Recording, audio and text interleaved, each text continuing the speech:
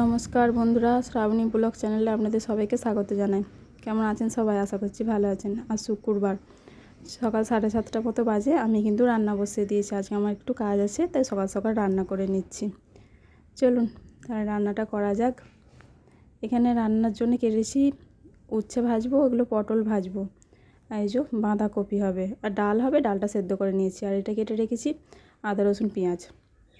মেয়েকে আগে স্কুলে দিয়ে আসি, চলুন তাহলে। এই যে এখন বিকাল 4:30 বাজছে, আর ঠাকমার সঙ্গে কোথায় যাচ্ছে দেখুন, বেড়াতে যাচ্ছে দুজন মিলে।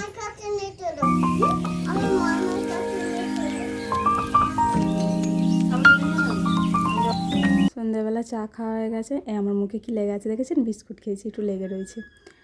সন্ধ্যাবেলা চাটা খেয়ে একটু বসেছিলাম, তারপর ওরা পড়লো, একটু ওদের কাছে বসেছিলাম। এখন প্রায় 8:30 মতো বাজে।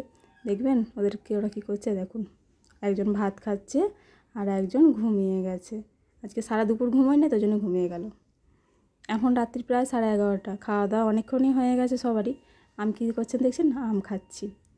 আমারও খুব ভীষণ ভাল লাগে খেতে। অসময়ে হলেও আমার আম খেতে খুব ভাল লাগে, তাই জন্য আমি রাত্রেই আম খাচ্ছি বসে বসে।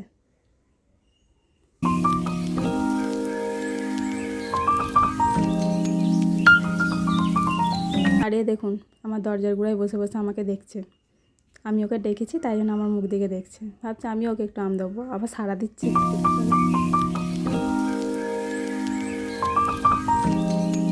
সবাই ঘুমিয়ে গেছে, আমার চোখে কি আর ঘুম আছে? ছেলে মেয়ে জামা কাপড়গুলো ছড়িয়ে রেখেছে, আর আমিও সারাদিনের কাচাকুচি করে এখানে তুলে রেখেছিলাম। এখন একটু ওগুলো গুছিয়ে নিচ্ছি। সকাল থেকে তো আর সময় হবে না, সকাল থেকে আবার কাজ শুরু।